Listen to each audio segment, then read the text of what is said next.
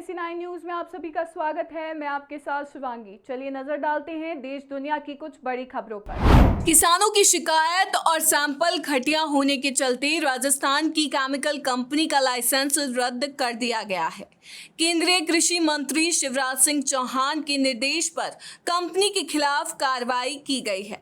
कीटनाशक बनाने वाली company HPM chemicals and fertilizers limited के खिलाफ लगातार शिकायत आ रही थी। राजस्थान में रजिस्टर्ड कंपनी देश के विभिन्न राज्यों में कीटनाशकों की सप्लाई करती थी। शिकायत मिलने के बाद राजस्थान सरकार ने जांच शुरू की थी, जिसमें कंपनी के सैंपल घटिया पाए गए। इसके चलते कंपनी के खिलाफ FIR दर्ज की गई। कंपनी का लाइसेंस रद्द करने के साथ ही कीटनाशक उत्पादों के निर्माण, बिक्री और वितरण पर तत्काल प्रभाव से रोक लगा दी गई है। राजस्थान में पंचायत और निकाय चुनाव कराने के हाईकोर्ट के आदेश को सरकार ने चुनौती दी है। इसके बाद निकाय चुनाव को लेकर असमंजस की स्थिति बनी हुई है। 18 अगस्त को प्रशासकों से जुड़े एक मामले की सुनवाई करते हुए हाईकोर्ट ने राज्य निर्वाचन आयोग और मुख्य सचिव को जल्द से जल्द चुनाव करवाने के आदेश दिए थे। हाईकोर्ट की एकल पीठ के इस आदेश को राज्य सरकार ने डबल बेंच में चुनौती दी है। आज राजस्थान हाईकोर्ट में इस मामले पर सुनवाई होगी। जस्टिस अवनीश जिंगन और जस्टिस बलजिंदर सिंह संधू की खंडपीठ सुनवाई करेगी। हाईकोर्ट ने संवैधानिक प्रावधानों और पूर्व अदालती आदेशों का हवाला देते हुए शीघ्र चुनाव कराने के निर्देश दिए थे।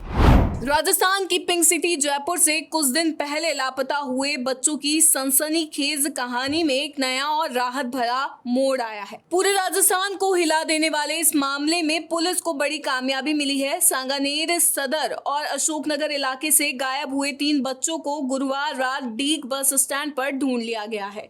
पुलिस फिलहाल इन बच्चों को वापस जयपुर ला रही है। इस खबर के बाद से इन बच्चों के परिवारों में खुशी का माहौल है। हालांकि अभी तक लापता हुए बाकी बच्चों का कोई सुराग नहीं मिल पाया है।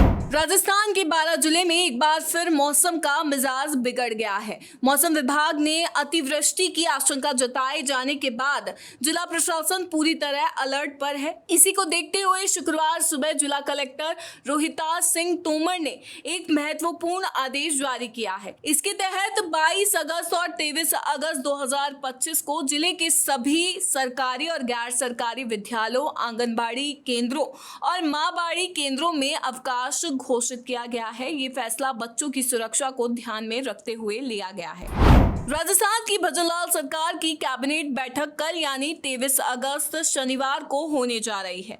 ये बैठक दोपहर 2 बजे मुख्यमंत्री कार्यालय में होगी। इस बैठक में विधानसभा के आगामी सत्र को लेकर चर्चा होने की संभावना है, जो 1 सितंबर को शुरू होने जा रहा है। इसी के तहत माना जा रहा है कि सत्र के दौरान पेश किए जाने वाले विधेयकों पर कैबिनेट मुहर लगा सकती है। इसके अलावा इस बैठक को मंत्रिमंडल विस्तार से भी जोड़कर देखा जा रहा है। भीलवाड़ा में मौसम का मिजाज बदलते ही हर तरफ पानी भरा हुआ है। बीते दिन से जिले में तेज बारिश जारी है, जिसकी संभावना अगले कुछ समय भी जताई जा रही है।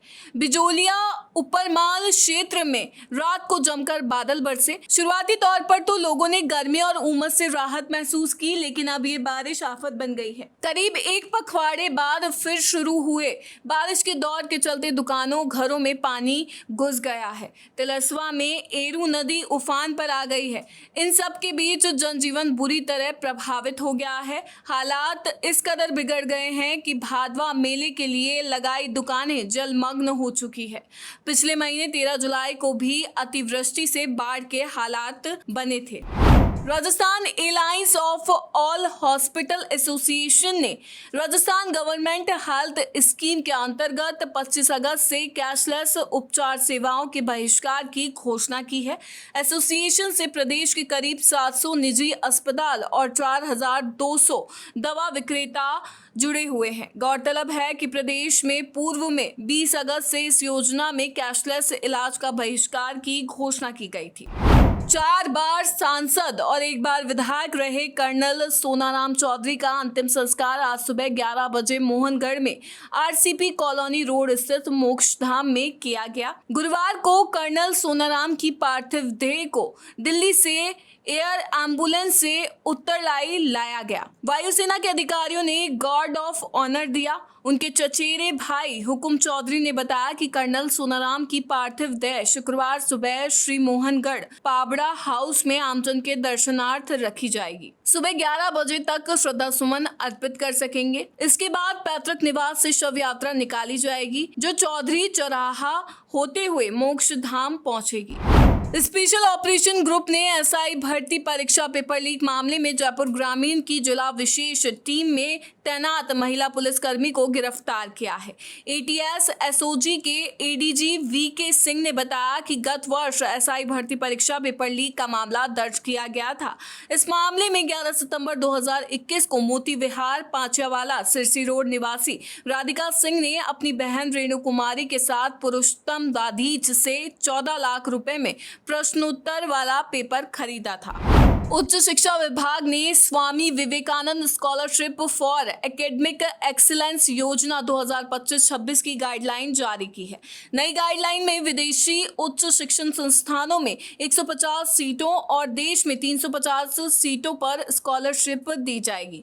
आपको बता दें कि इससे पहले पिछले सत्र में विदेशी उच्च शिक्षण संस्थानों में 300 सीटों और देश में 200 सीटों पर स्कॉलरशिप दी जाती थी। वहीं जब 2021-22 में योजना शुरू की गई तब विदेश में 500 सीटों पर स्कॉलरशिप थी। योजना में इस बार कई अहम शर्तें भी जोड़ी गई है।